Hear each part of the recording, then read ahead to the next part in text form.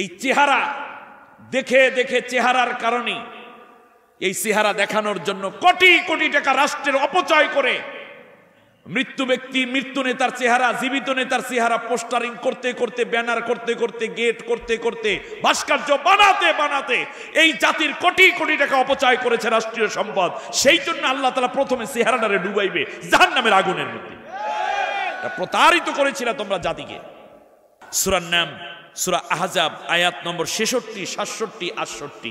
আপনি বাড়িতে গিয়ে খুলে দেখবেন 22 নম্বর পারা 33 নম্বর সূরা। আল্লাহ তাআলা বলছেন, নবীকে যারা আদর্শ নেতা মানতে পারে নাই তাদের চেহারাগুলো জাহান্নামে আমি উলট পালটকে তুকাল্লাব। আপনারা ইলিশ মাছ ভাজি করতে দেখছেন না মা বোনদেরকে? বা ডিম ভাজি করে না, এক পাশ ভাজি হয়ে গেলে উল্টাইয়া দিয়া আর এক পাশ ভাজি, এইটার তুকাল্লাব বলে। হ্যাঁ, এইভাবে একলাব বলে না। একলাবের হরফ কয়টা? একটা। কি? নুন সাকিনের পরে বা তানবিনের পরে বা আসলে, অর্থাৎ পরিবর্তন, মিম দ্বারা পরিবর্তন হয়ে যায়। এই একলাব শব্দটা, তুকাল্লাব শব্দটা মাদ্দা হইল কলবুন।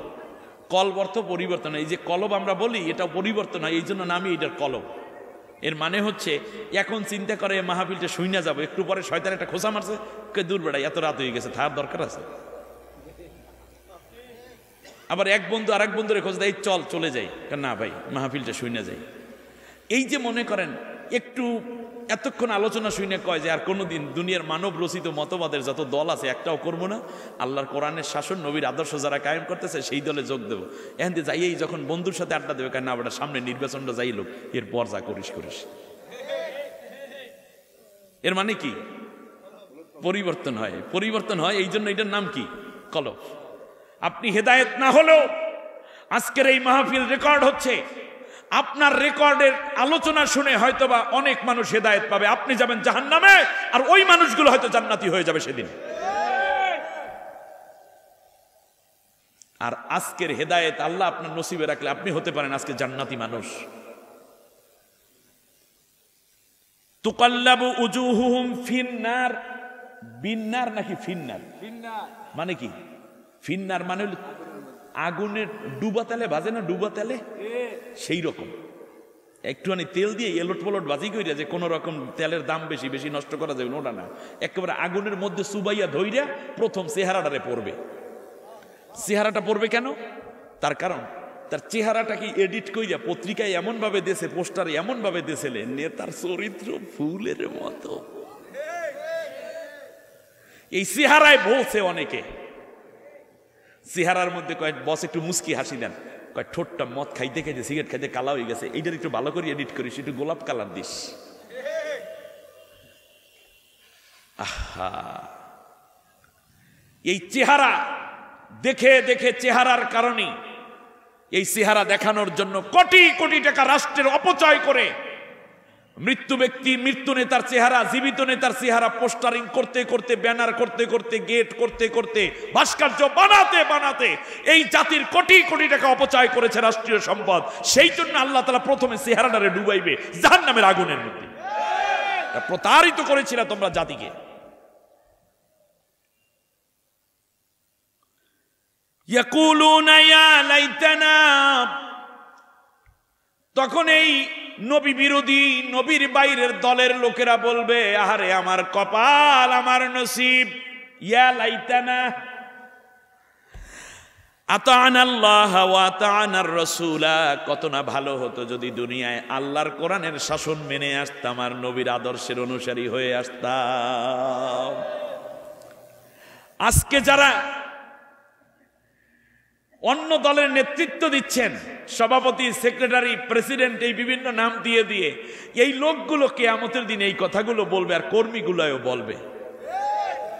তোমার ইমানটা খাইছে অন্য রাজনৈতিক দলে, যারা নবীর আদর্শ কায়েম করতে চায় না, সেই দল করা মুমিনের জন্য হারাম হারাম হারাম।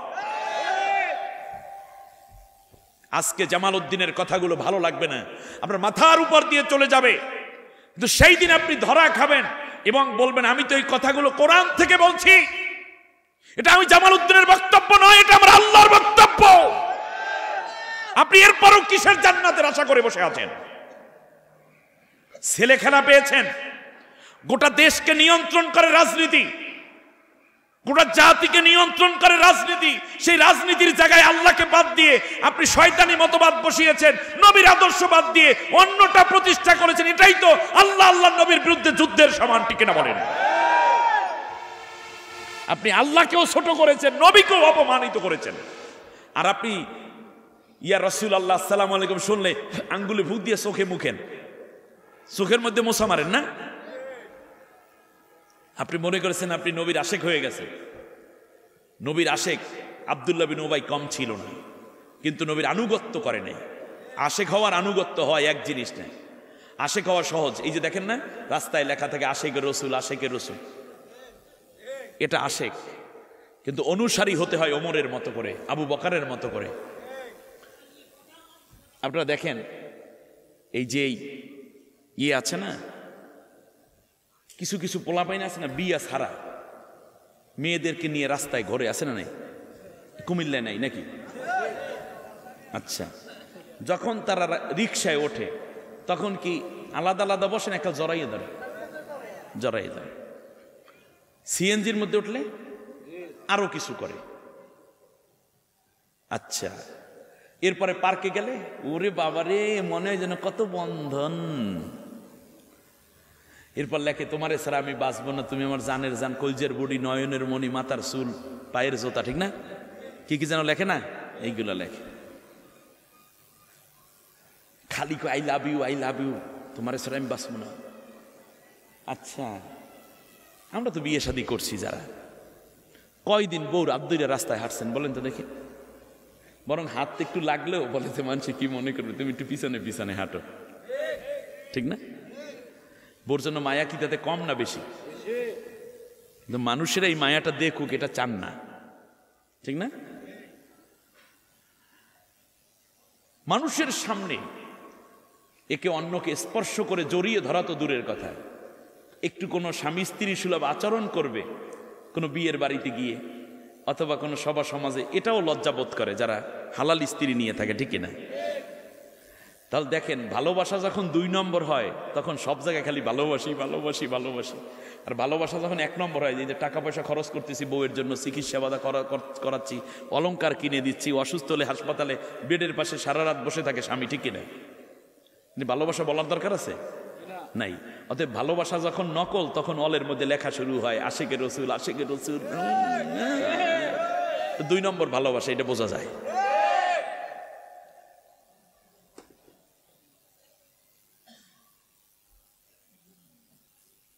এককালে মায়ের রুটি রুজি আর এককালে মায়ে ফাঁসি, এককালে মায়ে মুক্ত আজাদ, আরাকে দাস দাসী, আরাকে দাস দাসী, ঠিক না? তোমার দাওয়াত আমার দাওয়াত, নেই দাওয়াতে মিল, তোমার কিতাব আমার কিতাব, নেই আবার অমিল। তোমার দাওয়াত মাংস পোলাও, প্লেট ভরা ভাত, আমার দাওয়াত জেলখানাতে দুর্বিষহ রাত। তুমি কালেমা পড়ে নবীর অনুসারী হতে গিয়ে কোরমা পোলাও পাও, আর একজন কোরআনের কথা বলতে গিয়ে জেলের প্রকোষ্ঠে ধুকে ধুকে মরছে। কি কালেমা শেখাও তুমি? আল্লাহ রাব্বুল আলামিন বলেন, জাহান্নামের আগুনে ওলট পালট করে ভাজি করা হবে, আফসোস করে বলবে, ইয়া লাইতানা আতা'নাল্লাহ ওয়া আতা'নার রাসূলা, হায় রে আমার কপাল রে, যদি নবীর অনুসারী হয়ে যেতাম, আল্লাহর কোরআনের বিধানের অনুসারী হতাম, তাহলে কত না ভালো হতো। কাজ হবে। قالوا ربنا إنا أطعنا سادتنا وكبراءنا فأضلونا السبيل।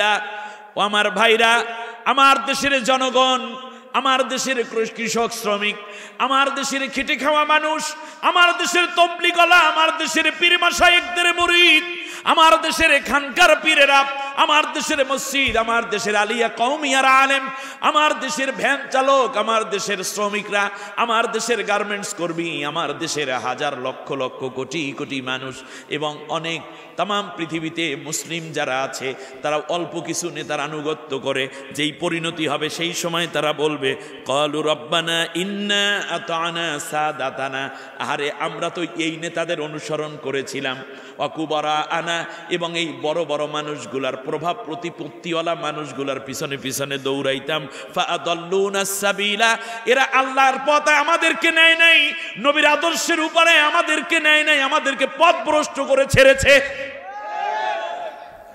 তোমাদের হাতে আল্লাহর কোরআন উঠাইয়া না দিয়া রিভলভার উঠাইয়া দিয়েছে, তোমাদেরকে তাহাজ্জুদের নামাজে দাঁড় না করাইয়া মসজিদে না নিয়া বরং তোমাদেরকে নারী দিয়া রাত্রি যাপনের সুযোগ করেছে, বাম হাতের মধ্যে মদের বোতল উঠাইয়া দিয়েছে, তোমাকে টেন্ডারবাজি দিয়েছি, তোমার হাতে হকি স্টিক উঠাইয়া দিয়েছি, তোমার হাতের মধ্যে লাঠি উঠাইয়া দিয়ে অন্যের মাথা ভাঙতে বলেছে। অতএব মনে রাখবা, মনে রাখবা, আল্লাহ নবীর আদর্শের বাইরে যারা আছো তাদের কপালটা পড়বে, তখন তারা বলবে এরা তো আমাদেরকে এই নেতারা নামাজের দাওয়াত দিত না, রোজার দাওয়াত দিত না, হালাল হারামের তমিজের কথা বলতো না, সতীত্বের কথা বলতো না, এরা তো সমাজের মধ্যে আল্লাহর কোরআনের বিধানের দাওয়াত দিত না, নবীর আদর্শ কায়েমের কথা বলতো না। রে মাওলা, আজকে আমরা বড় পথভ্রষ্ট হয়ে গেছি এই নেতাদের কারণে। রব্বানা আতিহিম দিআফাইনি মিনাল আযাব, সুতরাং তুমি নেতাগুলাকে আজকে আল্লাহ তুমি দ্বিগুণ শাস্তি দাও। নেতায় দ্বিগুণ শাস্তি পেলে আপনার কি কোনো লাভ হবে? আপনার লাভ হবে কিসে তাহলে? আপনার লাভ হচ্ছে আজকে তওবা করে আল্লাহর কোরআনের আইন এবং নবীর আদর্শ যারা কায়েম করতে চায় তাদের দলে শামিল হয়ে যাওয়া। কে কে রাজি আছেন দুইটা হাত উঁচু করে আল্লাহকে দেখান।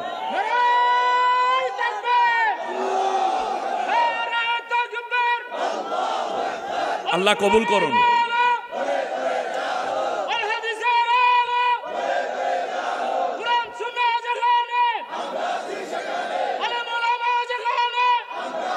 আল্লাহ কবুল করুন। দ্বিগুণ শাস্তি দাও, আনহুম লাআনান কাবীরা, আল্লাহ তুমি এদেরকে চূড়ান্ত লানত দিয়ে শেষ করে দাও। সেদিন কর্মীরা আজকে যেই নেতাদের পিছনে দৌড়ান, এই নেতাদের বিরুদ্ধে সেদিন এই কথা বলবে কষ্টে পইরা। শুধু তাই না, কষ্ট সহ্য করতে না পেরে আপনারা দেখবেন যদি কোনো কাজে ভুল হয়ে যায়, ভুলটা বুঝছেন, যেমন আপনি একটা নতুন ফ্রিজ কিনে নিয়ে আসছেন, নেগেটিভ এবং পজিটিভের যে সুইচ লাগানোর কথা তার আপনি সেইটা না লাগাইয়া পজিটিভের জায়গায় নেগেটিভ, নেগেটিভের জায়গায় পজিটিভ, সাথে সাথে ফ্রিজটা কি হয়ে যাবে? পুড়ে যাবে। তখন আপনি কি করবেন? এভাবে করে না মানুষের, জিহ্বায় কামড় দেন, কারণ এটার দাম 30,000 টাকা, 50,000, 1 লাখ টাকা। এই জন্য জিহ্বাটা ওই কামড় দিয়েই শেষ, মাথায় একটা হাত দিয়ে। কিন্তু শুধুমাত্র নবী সাল্লাল্লাহু আলাইহি ওয়াসাল্লামকে আদর্শ নেতা না মানার কারণে সে চূড়ান্ত জাহান্নামে যাচ্ছে। এই জন্য সে কি করবে? আল্লাহ তাআলা বলছেন সূরা ফুরকানের 27 এবং 28 নম্বর আয়াত, ইয়াউমা ইয়া'আদ্দুয যালিমু আলা ইয়াদাইহি ইয়াকুলু ইয়া লাইতানি ইত্তাখাযতু মা'আর রাসূলি সাবিলা ইয়া ওয়াইলাতা লাইতানি লাম আত্তাখিয ফুলানান খলিলা। ও আলেম ভাইরা, এই কথাগুলো মানুষকে জানিয়ে দেন, কথাগুলো গোপন রাখেন না প্লিজ, আমার জাতি শেষ হয়ে যাচ্ছে। আল্লাহ রাব্বুল আলামিন বলেন সেই দিন জিহ্বাটা কামড় দিয়ে কেটে ফেলবে, ঠোঁট দুইটাকে কেটে ফেলবে, আঙ্গুল দিয়ে দাঁত দিয়ে কামড়ে। মানুষ যখন সমস্যা হয় দেখবেন আঙ্গুল কামড়ায়, আঙ্গুল কামড়াবে না, শুধু কামড়ে ছিঁড়ে ফেলবে, হাতটা কেটে ছিঁড়ে ফেলবে কামড়াইয়া কামড়াইয়া। এরপর তারা আফসোস করে বলবে ইয়া লাইতানি, হায় রে আমার দুর্ভাগ্য, দুনিয়ায় যদি একমাত্র রসুলের আদর্শের পথ গ্রহণ করতাম তাহলে কত না ভালো হতো। আল্লাহর নবী দোয়া করতেছেন এই মুনাফিকের জন্য। নামাজ ছিল কিনা? আব্দুল্লাহ বিন উবাইর রোজা ছিল কিনা? ইফতার, সাহারি, তাহাজ্জুদ ছিল, সব ছিল। আল্লাহ রাব্বুল আলামিন বলেন ইস্তাগফির লাহুম আও লা তাস্তাগফির লাহুম ইন তাস্তাগফির লাহুম 70 মাররাতান ফালাই ইয়াগফিরাল্লাহু লাহুম। ও নবী, সূরা তাওবার মধ্যে আল্লাহ বলছেন নবী তুমি যদি এর জন্য দোয়া করো, নবী সাল্লাল্লাহু আলাইহি ওয়াসাল্লাম দোয়া করতেছে, আব্দুল্লাহ বিন ওবার জন্য। আল্লাহ তাআলা বললেন, তুমি যদি এর জন্য দোয়া করো আর না করো, মাপ চাও আর না চাও, তুমি যদি 70 বারও মাপ চাও, তারপর আমি কশ্চিনকালেও এদেরকে মাফ করব না। অথচ আব্দুল্লাহ বিন ওবার শরীরের মধ্যে তখনও পরা ছিল কাফনের কাপড় হিসেবে বিশ্বনবী সাল্লাল্লাহু আলাইহি ওয়াসাল্লামের জামা মোবারক। তার কাফন হয়েছে কি দিয়ে? নবীজির। আমরা তো নবীর মতো জামা পরি, একটু লম্বা জামা পরি, কিন্তু সরাসরি নবীর জামা গায়ে নবীজি সাল্লাল্লাহু আলাইহি ওয়াসাল্লামের লালা মোবারক তার মুখের মধ্যে দিয়ে দিয়েছে। নবী নিজে জানাজা পড়েছে, কবরের পাশে দাঁড়াইয়া দোয়া করতেছে, ক্ষমা চাইতেছে। আল্লাহ বলেন 70 বার মাপ চাইলো, মাপ আমি করব না তাকে। তার কারণ সে তো ইমানদারি না, তো ইমানের ভেজাল লাইগে রয়েছে আগেই। তুমি মাপ চাই লিবে কি আর না চাই লিবে কি? 70 বার মাপ চাইলেও মাপ করব না। এর মানে হচ্ছে যে ইমান আনার প্রথম শর্ত ছিল আমি আল্লাহ ছাড়া অন্য কারো আইন বিধান সংবিধান মানবে না, আমি আল্লাহ এক, অন্য কাউকে পূজা করবে না, ভাজনা করবে না। এটা ছিল লা ইলাহা ইল্লাল্লাহ। দ্বিতীয় কথাই ছিল মুহাম্মদুর রাসূলুল্লাহ। তোমাকে নেতা মেনে চলবে, তোমার আদর্শ মেনে চলবে। সে তো তোমার আদর্শ মানতে রাজি হয় নাই, অতএব তার ইমানই কবুল হয় নাই। তার জন্য দোয়া করে কি লাভ? আর কাফেরের জন্য তো দোয়া কবুল হবেই না কোনোদিনও। আচ্ছা, এবারে আসেন দুনিয়ায় ইয়া সাইয়্যেদ ইয়াসিনের কথা বলছি না নাকি?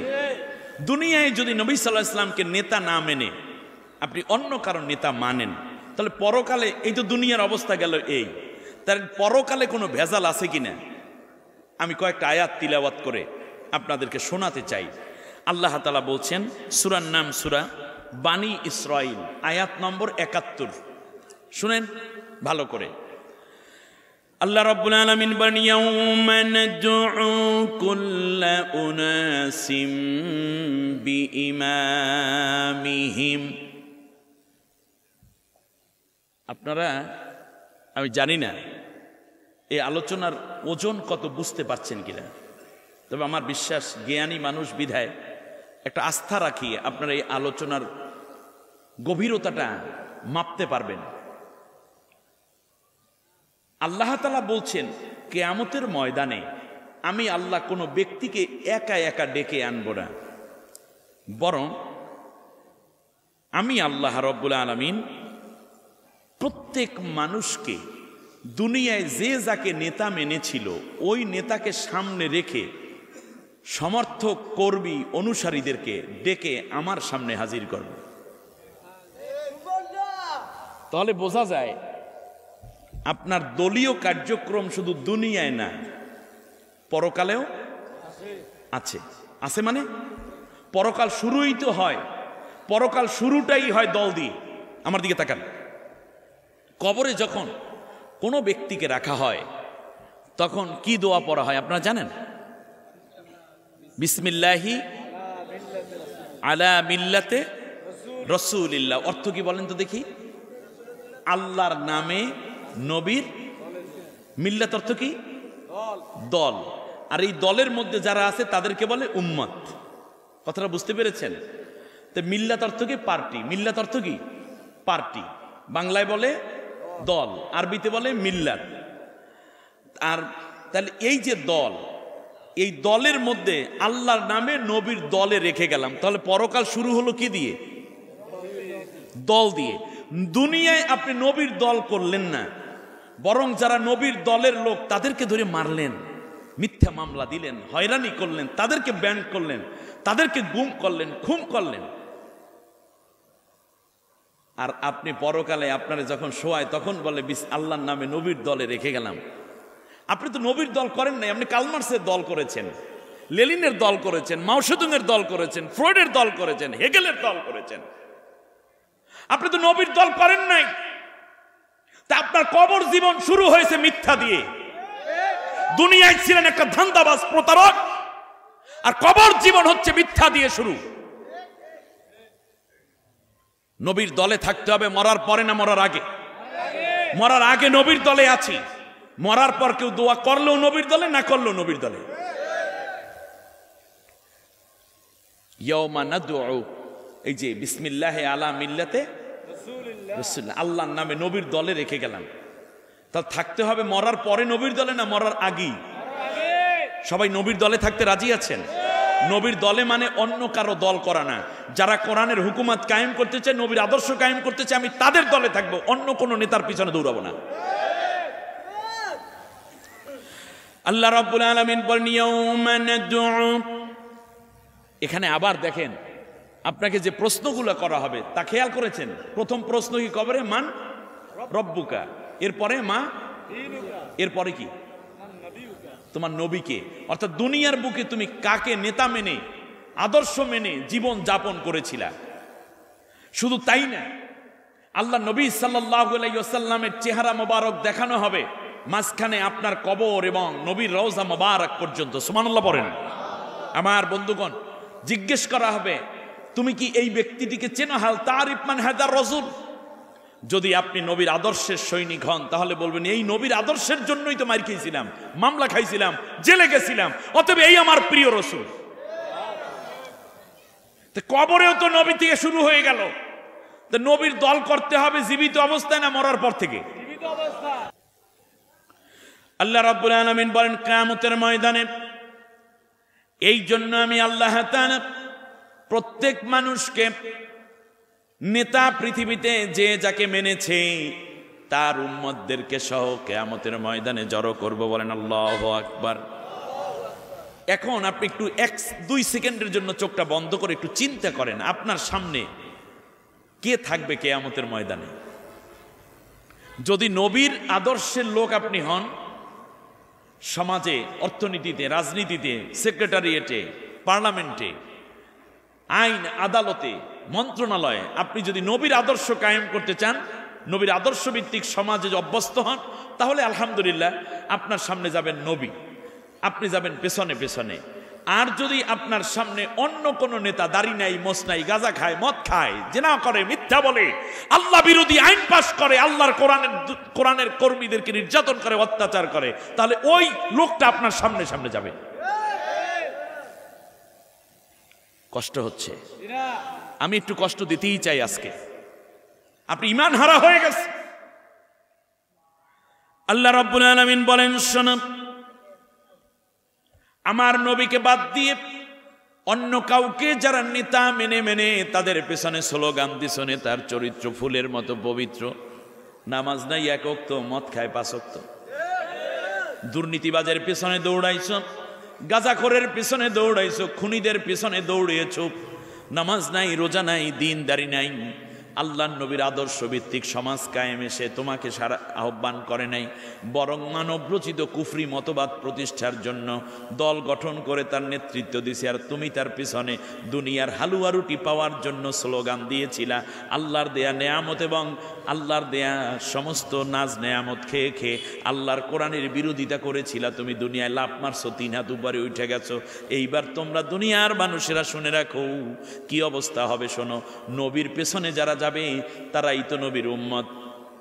তাই নবীর উম্মত যদি পরকালে নবীর পেছনে পেছনে নেতৃত্বে গিয়ে মাকামে মাহমুদে আরশের নিচে জায়গা পেতে হয়, তাহলে দুনিয়ায় থাকতে হবে নবীর দলে নাকি অন্য কোনো পার্টিতে? তো নবীর আদর্শ যারা কায়েম করতে চায় আপনি সেই দলের সাথে শামিল থাকবেন, তাহলে নবীর সাথে। আর যদি উল্টা করেন তাহলে নবী বলবেন সোকান সোকালিমান গায়রা মিন বাদি, যাও যাও। ওরা বলবে আল নবী আমিও তো আপনার উম্মত, কি বলেন না বলেন, আমি তো আপনার নবী, আমি আপনার উম্মত গো। নবী বলেন যাও, সোকান সোকা, দূর হও দূর হও, তুমি আমার উম্মত না।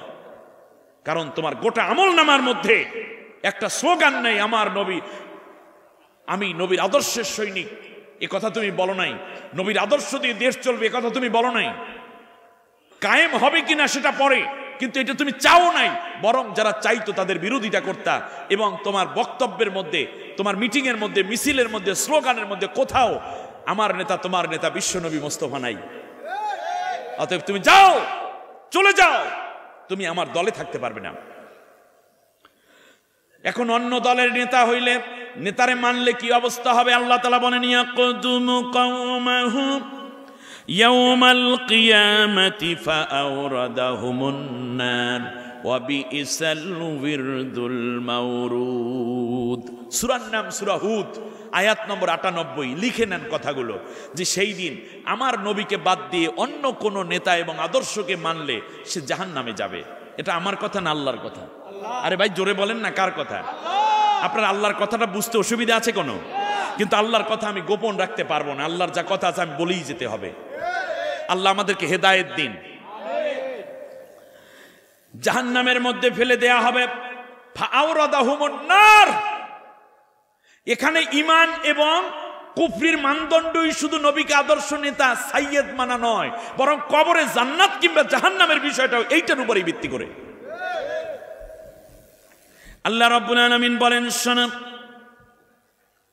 সেই কিয়ামতের কঠিন ময়দানে ফিরআউনের অনুসারীরা, ফিরআউন সামনে যাবে, পেছনে পেছনে হামানের গোষ্ঠীরা যাবে, নমরুদ সামনে যাবে, পেছনে পেছনে তার অনুসারীরা যাবে। আজও পর্যন্ত দুনিয়ার বুকে আমার নবীকে বাদ দিয়ে যারা অন্য আদর্শ নেতা মেনেছে, ওই নেতা সামনে যাবে, কর্মীরা পেছনে পেছনে যাবে।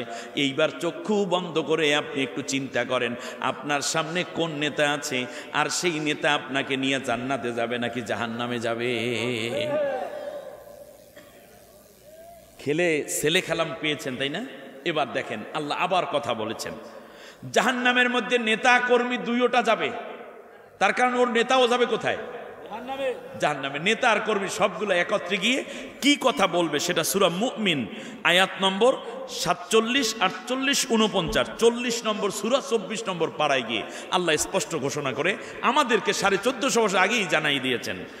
إذ يتحاجون في النار فيقول الضعفاء للذين استكبروا إنا كنا لكم تبعا فهل أنتم مغنون عنا نصيبا من النار। কর্মীরা বলবে, ও নেতা, তোমাদের পিছনে দৌড়ানোর কারণে আজকে জাহান্নামে চলে আসছি, অতএব আমাদের কিছু শাস্তি তোমরা ভাগ করিয়া নাও, কারণ তোমরা তো আমাদের সুখে দুঃখে পাশে থাকার কথা ওয়াদা করছিলা দুনিয়ায়। অতএব আজকে নবীর যারা প্রকৃত দলের লোক ছিল তারা তো সব জান্নাতে চলে যাচ্ছে, আজকে আমরা জাহান্নামের আগুন সহ্য করতে পারছি না, অতএব আমাদের কিছু শাস্তি তোমরা কমাইয়া দিয়ে তোমাদের ভাগে কিছু জিনিস নাও, কারণ তোমরা নেতা, আমাদের সুখ দুঃখে পাশে থাকার কথা তোমরা বলতে, আসো এবার আমাদের কিছু কষ্ট নেও। তখন নেতারা কি বলবে শোনেন, পাইবেন, এই নেতাদেরকে পাবেন। এবার নেতারা কি বলবে? আপনারা মনে করতেছেন এই কথাগুলো মনে হবে না নাকি? এটা আল্লাহর কথা।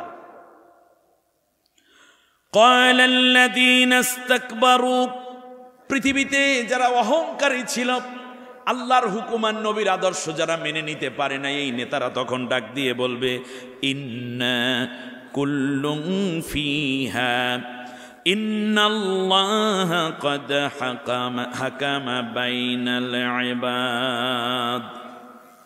কি বলো, নিজেই তো জাহান্নামে পুইরা কুল পাই না, তোদের গুনাহ আবার কি নেবে এখন? এর মানে যত নেতা আছে, পাতি নেতা, ডালা নেতা, উপনেতা, আল্লাহর নবীর আদর্শের বাইরে যা আছে, স্থানীয় নেতা, কেন্দ্রীয় নেতা, সবগুলো জাহান্নামী। বিচারটা একটু কমাইয়া দেয়। জাহান্নামের ফেরেশতারা বলবি, তুই যেয়ে কয় ঘুষ খাওয়া পুলিশ, আমরা না।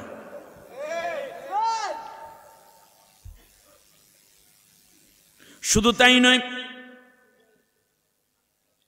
আল্লাহ রাব্বুল আলামিন বলেন, কিয়ামতের ময়দানে নেককার মানুষের কিছু গুনাহ আমি আল্লাহ গোপন করে রাখবো, কারণ ওই গুনাহগুলো প্রকাশ পাইলে আমার বান্দা জাহান্নামী হয়ে যাবে।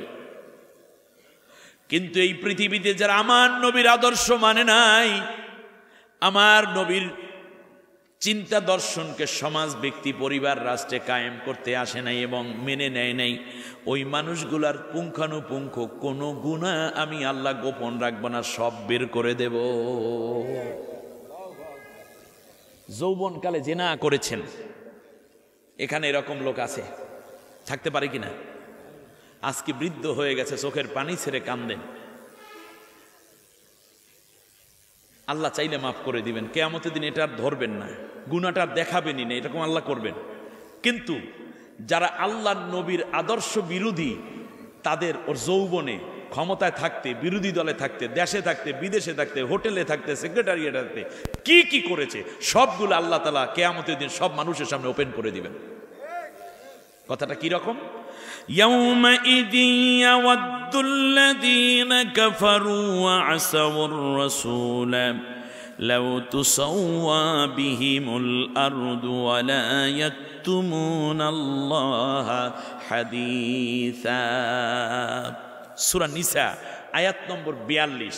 আল্লাহ রাব্বুল আলামিন বলেন, কিয়ামতের ময়দানে কোনো কথাই ওদের গোপন রাখবো না। সে প্রধানমন্ত্রী হোক, মন্ত্রী হোক, সেক্রেটারি হোক, র্যাব হোক, গোয়েন্দা হোক, কিংবা মেম্বার হোক, চেয়ারম্যান হোক, কৃষক হোক, জেলে হোক, তাঁতি হোক, চৌকিদার হোক, ধনী হোক, গরিব হোক, দাড়িওয়ালা হোক, দাড়ি কামান্না হোক, যদি আমার নবীর বিরুদ্ধে যায়, নবীর আদর্শ বিরোধী হয়ে যায়, দল এবং পার্টি করে, তাদের কোনো কথা আমি আল্লাহ গোপন রাখবো না। তখন তারা বলবে, আল্লাহ গো, কি অবস্থার মধ্যে আমরা পড়ে গেলাম। এই কথা শুনে তারা বলবে, আল্লাহ যদি মাটির সাথে আমাদেরকে মিশাইয়া রাখতা, যদি এই কিয়ামতের ময়দানে মানুষ হিসাবে দাঁড় না করাইতা, তাহলেই বরং ভালো হইত। আল্লাহ রাব্বুল আলামিন বলেন, এবার শোনা, তাদের চূড়ান্ত শাস্তির দিকে আমি যখন ধাবমান করাবো, তখন তাদের শাস্তিটা কিভাবে হবে শোনো।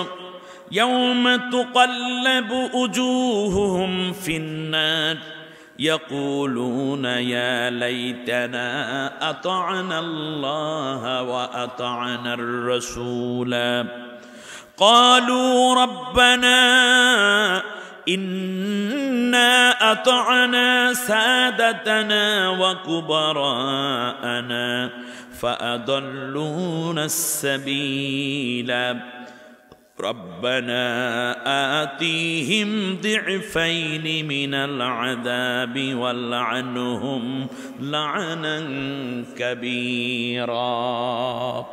আপনাদের কি বুঝে আসতেছে কথাগুলো? একটু খেয়াল করুন, একটু খেয়াল করুন কি কি কথা বলবে। আল্লাহ রাব্বুল আলামিন বলেন, আমার নবীকে বাদ দিয়ে ইউনিভার্সিটির মধ্যে, বাজারের মধ্যে, কিংবা যেই কোনো জায়গায় হোক না কেন, মিছিলে, মিটিংয়ে, মাঠে, ময়দানে, রাজপথে, যেই জায়গাগুলোতে তোমরা আমার নবীকে বাদ দিয়ে অন্য নেতার আদর্শ কায়েম করেছিলা, আমি আল্লাহ তাদের শাস্তিটা এইভাবে শুরু করে দেব। তাদের চেহারাগুলোকে সর্বপ্রথম আমি জাহান্নামের আগুনে ওলট পালট করে ভাজি করব।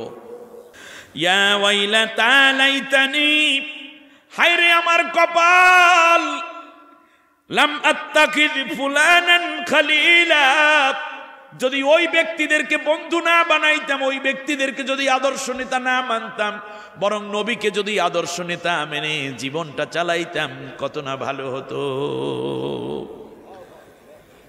আমার ভাইরা, আল্লাহ রাব্বুল আলামিন বলেন, যারা নবীর আদর্শের বাইরে চলবে তারা কোনোদিন হেদায়েত পাবে না।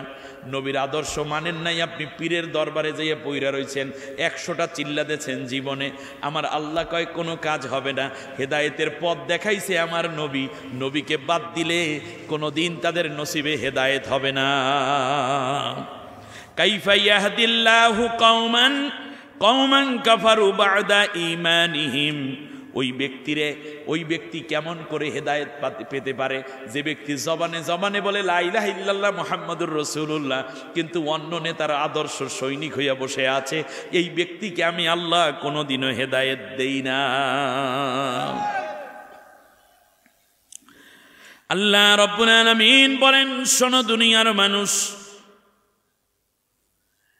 অন্য আদর্শ মানা তো দূরের কথা, বরং আমার নবী যে আদর্শ নিয়ে আসছে এইটা যদি তুমি কোন রকম একটু তুচ্ছ করো, তাহলেও আমি আল্লাহ তোর জীবনের সব নেক আমল বাদ করে দেব। না, বুঝাইতে পারলাম না। আপনি মানেন, নবীর আদর্শই মানেন, কিন্তু হঠাৎ করে একটা মতাদর্শ আসছে, মনে হয় যেন হয় এইটাই ভালো হবে। নবীরটা যদি একটু তুচ্ছ করে, তাহলে তার জিন্দিগির আমল কি হয়ে যায়? তারপরে বুজুর্গ সাহায্যে কি লাভ আছে? খামাখামি ওয়ান্ডামি এগুলো। এই কাজগুলোকে আল্লাহ আমাদেরকে বুঝে নেয়ার তৌফিক দান করুন। ইয়া আইয়ুহাল্লাযীনা আমানু লা তুকদ্দিমু বাইনা ইয়াদাইল্লাহি ওয়া রাসূলিহি ওয়াত্তাকুল্লাহা ইন্নাল্লাহা সামিউন আলীম। আল্লাহ তাআলা বললেন সূরা হুজরাতের 1 এবং 2 নম্বর আয়াত শুনুন। সাহাবীদেরকে লক্ষ্য করে তামাম বিশ্বের মানুষদেরকে আল্লাহ তাআলা বলছেন, নবী যেই পথে হেঁটেছে সেই পথে যাইতে গিয়ে তুমি অন্য পথ বাড়াইয়া যাইও না। কিংবা নবীর আগে আগে উঠা যাইও না, নবীর চাইতে বেশি বুঝো না। তাহলে মনে রাখবা আমি আল্লাহ রব্বুল আলামিন বলতেছি এই কাজটা কইরো না, বরং আমি আল্লাহরে ডরাইয়া চলো, কারণ আমি আল্লাহ সব কিছু জানি। ইয়া আইয়ুহাল্লাযীনা আমানু লা তারফাউ আসওয়াতাকুম ফাওকা সাওতিন নাবিয়্যিন ওয়ালা তাজহারু লাহু বিল কওলি কাজহরি বা'দিকুম লিবা'দিন আন তাহবাতা আমালুকুম ওয়া আনতুম লা তাশউরুন। আর আমার নবী যেই কথা বলে তার চেয়ে কথা বাড়াইয়া কইও না। নবী অর্থনীতির ব্যাপারে কথা বলেছেন, সেই কথার চাইতে উচ্চ বাচ্চে কথা বলো না। আমার নবী আদালতের কথা বলেছেন, হাকিম সাহেব, আমার নবী যেই কথা বলেছেন তার বাইরে কোনো উচ্চ কথা বলতে যাইও না। আল্লাহু আকবার। আমার নবী অর্থনীতির কথা বলেছেন, ব্যাংকের গভর্নরেরা তোমরা আমার নবীর চাইতে বেশি বুঝাও, অন্য অর্থনীতি এখানে যোগ কইরো না।